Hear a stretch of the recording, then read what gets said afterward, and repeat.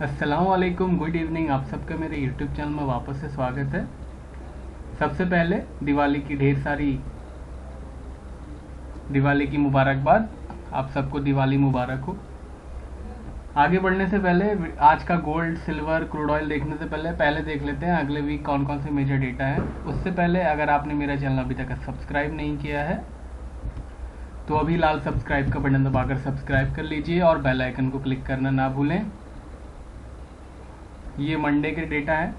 जितने भी आप टाइमिंग देख रहे हो सब AM और PM के हिसाब से हैं। मंडे को अनएम्प्लॉयमेंट रेट है चाइना का, इंडस्ट्रियल प्रोडक्शन है। उसके बाद मंडे को ही ECB की जो प्रेसिडेंट है उनकी स्पीच है। ECB का फाइनेंशियल स्टेबिलिटी रिव्यू है, ये भी थोड़ा इंपॉर्टेंट रहता है। ट्यूसडे ऑस्ट्रेलिया की मॉनेटरी पॉलिसी है, ओपेक की मीटिंग शुरू हो जाएंगी। US का रिटेल सेल्स है मंथली इंडस्ट्रियल प्रोडक्शन है US का। वेडनेसडे आ जाते हैं। वेडनेसडे क्रूड ऑयल इन्वेंट्री और बिल्डिंग परमिट्स हैं US की। थर्सडे को ऑस्ट्रेलिया का अनएम्प्लॉयमेंट रेट है। थर्सडे को ही अनएम्प्लॉयमेंट क्लेम्स आएंगे और ECB प्रेसिडेंट की स्पीच है और एग्जिस्टिंग होम सेल्स नंबर्स भी आएंगे US के। फ्राइडे ECB प्रेसिडेंट की वापस स्पीच है और यूरोप का कंज्यूमर कॉन्फिडेंस है। कंज्यूमर कॉन्फिडेंस नंबर वापस से माइनस में आने के चांसेस हैं। अब आ गए हम वापस चार्ट पे। जैसे कि आप देख सकते हो मंडे मार्केट में ज़बरदस्त क्रैश आया 1962-63 से लेके तकरीबन 1850 तक चला गया था। फिर ट्यूसडे थोड़ा रिकवर हुआ, वेडनेसडे थोड़ा नीचे आया, थर्सडे थोड़ा रिकवर हुआ, फ्राइडे एक अच्छी रिकवरी के साथ मार्केट बंद हुआ। देखा जाए तो 1960 से लेके 1888 के जो आसपास क्लोज हुआ है तकरीबन $70 से $80 लॉस के साथ बंद हुआ है अपने लास्ट वीक की क्लोजिंग के हिसाब से अगर आप लगाएंगे तो। बट अगर इस कैंडल को माइनस कर दें तो गोल्ड का जो नेट अगर आप लगाओगे तो नेट गेन में ही गोल्ड दिखेगा आपको। फ्राइडे में एक अच्छा तेजी आई थी, तकरीबन 1897 का हाई बनाया था। पोजिशनल सिग्नल चल रहा था हमारा, 1876 पे बाइंग था, तो उसका टारगेट 1899 था। पहले ही बुक कर लिया था हमने। वैसे अगर आपको मेरे बाई और सेल सिग्नल लेने हो तो आप मुझे व्हाट्सएप पे मैसेज भेज सकते हो। मैंने अपना व्हाट्सएप नंबर डिस्क्रिप्शन में दे रखा है। और वीडियो पसंद आए तो प्लीज़ लाइक करना ना भूलें। ट्रस्ट मी, ज़्यादा व्यूज़ से ज़्यादा मुझे ज़्यादा लाइक देखना ज़्यादा पसंद होता है। आपके ज़्यादा लाइक्स आते हो तो मुझे बहुत अच्छा लगता है। 1888 पे गोल्ड बंद हुआ है।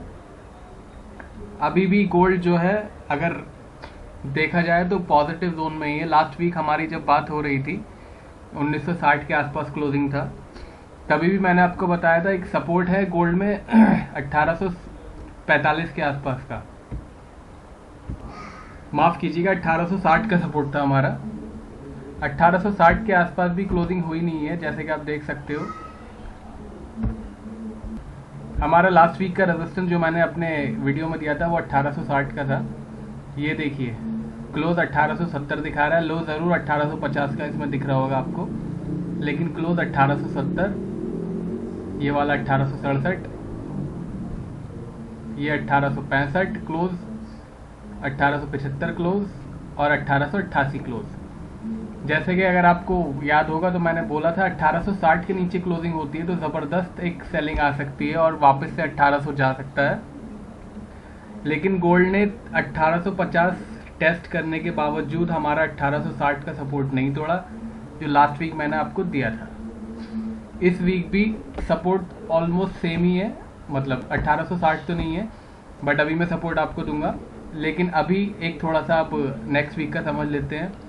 फाइनली जो प्रेसिडेंट ट्रम्प हैं अभी भी कंसीड तो नहीं किया है, बट 99.99% जो Biden will be the next president. 20 जनवरी को जब वो अपनी शपथ लेंगे तो उनकी प्रेसिडेंसी शुरू हो जाएगी। लेकिन अभी भी ट्रम्प के पास तकरीबन 2 महीने हैं, अभी भी he can be very volatile. Vaccine की न्यूज़ ज़रूर आ चुकी है लेकिन प्रोडक्शन अभी शुरू नहीं हुआ है। जैसे कि मैंने कल लास्ट वीक आपसे बात की थी लॉन्ग टर्म अनएम्प्लॉयमेंट के बाद लॉन्ग टर्म अनएम्प्लॉयमेंट के बारे में। अनएम्प्लॉयमेंट क्लेम्स जो हर हफ्ते आते हैं वो ज़रूर घटते हुए आपको दिखाई दे रहे हैं, लेकिन अनएम्प्लॉयमेंट रेट बढ़ती जा रही है। तकरीबन 30 से 35% के आसपास अनएम्प्लॉयमेंट रेट हो चुकी है। ऑलमोस्ट ग्रेट रिसेशन के जो लेवल्स हैं वो आ सकते हैं, तो थोड़ा सा ध्यान रखिएगा। गोल्ड में अभी भी काफ़ी जान बाकी है ऐसा लग रहा है मुझे। वैक्सीनेशन की न्यूज़ को अगर हम हटा दें तो गोल्ड अभी तकरीबन $2000 होना चाहिए था, लेकिन अभी 1888 है। तो अब हम क्या करेंगे, गोल्ड का ट्रेंड जो है अब हम लेवल्स के हिसाब से ही चलेंगे। फंडामेंटल ज़्यादा चेंज नहीं हुए हैं लास्ट वीक से अब तक, अगर हम वैक्सीन की न्यूज़ को माइनस कर दें तो। वैक्सीन की न्यूज़ को अगर हम कंसीडर करें कि वैक्सीन आ सकती है दिसंबर जनवरी में, तो भी तकरीबन 7 बिलियन लोग हैं 7 बिलियन लोग हैं। इतने वैक्सीनेशन जो है इतनी वैक्सीनेशन बनाने में बहुत टाइम लगता है। अगर वैक्सीनेशन दिसंबर में भी आ गई तो तकरीबन 4 से 5 साल लग जाएंगे पूरे वर्ल्ड को वैक्सीनेट होने में। सबसे ज़्यादा असर जो है वो थर्ड वर्ल्ड कंट्रीज पे पड़ेगा, अफ्रीका वगैरह में। बाकी जो मेजर इकोनॉमीज़ है, टॉप 5 इकोनॉमीज़ हैं, जैसे कि यूएस है, चाइना है, जापान है, जर्मनी है, इंडिया है, ये टॉप 5 इकोनॉमीज़ जो हैं, अगर ये वैक्सीनेशन जल्दी करा लेती हैं, यूएस ऑलरेडी 100 मिलियन डोजेज उनके लिए प्रोडक्शन शुरू हो चुका है, चाइना का प्रोडक्शन भी शुरू हो चुका है, जर्मनी का शुरू नहीं हुआ है, जापान का शुरू नहीं हुआ है, और इंडिया का वैक्सीनेशन का प्रोडक्शन मुझे लग रहा है कि अब शुरुआत होने वाली है। अभी मैं कई न्यूज़ पढ़ रहा था, ऑलरेडी 100 मिलियन डोजेस की वैक्सीनेशन की मैन्युफैक्चरिंग शुरू होने वाली है। सबसे ज़्यादा एडवांटेज वैक्सीनेशन में इंडिया के पास रहेगा, बिकॉज इंडिया जो है वो फार्मा हब है पूरे वर्ल्ड का। सबसे ज़्यादा फार्मास्यूटिकल जो है वो इंडिया में बनते हैं। तो वैक्सीनेशन जब शुरू होगा, तो अब जैसे ही इंडिया की वैक्सीनेशन शुरुआत होगी, ऑफकोर्स जब वैक्सीनेट करेंगे लोगों को, तो मुझे तो ऑफकोर्स पता चल जाएगा बिकॉज मैं भी इंडिया में रहता हूँ। जब वैक्सीनेशन यूएस में शुरू होगी तो भी मुझे पता चल जाएगा, क्योंकि मेरे काफ़ी क्लाइंट्स यूएस के हैं। तो जैसे ही 2 या 3 कंट्री में वैक्सीनेशन शुरू हो जाएगी, वैसे ही हम ये मानने लगेंगे कि अब पैंडेमिक ख़त्म हो सकता है। जब तक वैक्सीनेशन लोगों की शुरू नहीं होती है, नॉर्मल पब्लिक की शुरू नहीं होती, तब तक पैंडेमिक का असर ख़त्म नहीं होगा। पैंडेमिक का असर ख़त्म हो भी जाए, सपोज अब जनवरी तक ही सारे लोगों को मैं कह रहा हूँ कोई मिरेकल हो गया, तो बाकी लोगों को सबको वैक्सीनेट कर दिया, 7.8 बिलियन लोगों को जनवरी तक 2021 तक भी वैक्सीनेट कर दिया किसी जादू की छड़ी से, तब भी जो ये इतने बड़े बड़े स्टिमुलस पैकेज हैं, इतने बड़े बड़े अनएम्प्लॉयमेंट रेट हैं, जॉबलेस हैं, इतनी कंपनीज जो बंद हो गई हैं, इतने जो बिजनेसेस बंद हो गए हैं, ये जो इतना मैस पैंडेमिक ने किया है उसको करेक्ट होने में काफ़ी टाइम लग सकता है। अभी जो बाइडन जो है वो स्टिमुलस पैकेज की बात करने वाले हैं थोड़े दिनों में। लेट्स होप कि कितने स्टिमुलस पैकेज की बात होती है, कितना ज़्यादा इकोनॉमी को पैसा मिलता है। बाकी इंडिया का जो रिलीफ पैकेज आया वो भी मोर और लेस इतना कोई खास कुछ नहीं था उसके अंदर जिससे कुछ ज़्यादा फ़र्क पड़े।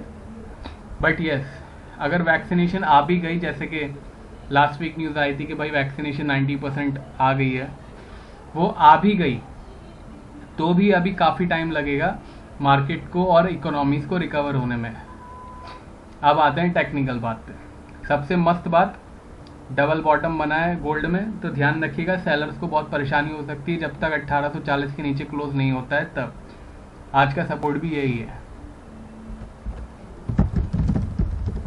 1840 का सपोर्ट है। इसके नीचे अगर गोल्ड क्लोज हो जाता है तो ही गोल्ड में ज़बरदस्त सेलिंग आएगी 1800 और 1760 तक की। अदरवाइज एक बार वापस से 1950 दिखा सकता है। गोल्ड अभी भी पॉजिटिव जोन में ही है, जब तक 1840 के नीचे क्लोज नहीं होता है गोल्ड वीक जोन में नहीं जाएगा। लास्ट वीक गोल्ड ने कोशिश की थी 1860 1840 के नीचे जाने की, लेकिन वैक्सीनेशन की न्यूज़ भी उसको नीचे नहीं भेज पाई। तो थोड़ा सा ख्याल रखिएगा, जब तक 1840 1860 के नीचे नहीं जाता है तो मेजर सेलिंग ना करें। गोल्ड का रेजिस्टेंस है $1930 का। इसके ऊपर क्लोज होता है गोल्ड तो $2000 और $2060 तक जा सकता है। फिलहाल चार्ट पे अभी भी गोल्ड पॉजिटिव जोन में है तो सेलिंग अवॉइड कीजिएगा वीकली पे अगर आप सेलिंग करने की सोच रहे हो तो। अब आते हैं सिल्वर पे। यह है सिल्वर का चार्ट। तकरीबन $26 टेस्ट करने के बाद 23.50 23.60 तक चली गई थी, लेकिन वहाँ से अच्छी रिकवरी आई, 24.61 के आसपास क्लोज हुई है। अच्छी बात यह है कि 24.50 से ऊपर क्लोज हुई है, जो कि बहुत अच्छा साइन है बायर्स के लिए। इस वीक का रेजिस्टेंस सपोर्ट देख लेते हैं क्या क्या है। इस वीक का सपोर्ट है सिल्वर का 22.50 का। सिल्वर का रेजिस्टेंस है 27.30 का। 22.50 से नीचे क्लोज होता है और नीचे से 22.50 के नीचे सस्टेन होता है और क्लोज हो जाता है तो $21 और $18 तक जा सकता है सिल्वर। 27.30 के ऊपर क्लोज होता है तो $29.70 और $33 तक जा सकता है। फिलहाल गोल्ड और सिल्वर दोनों पॉजिटिव जोन में है वीकली में, तो सेलिंग से बिल्कुल बचिएगा। अब आते हैं क्रूड ऑयल पे।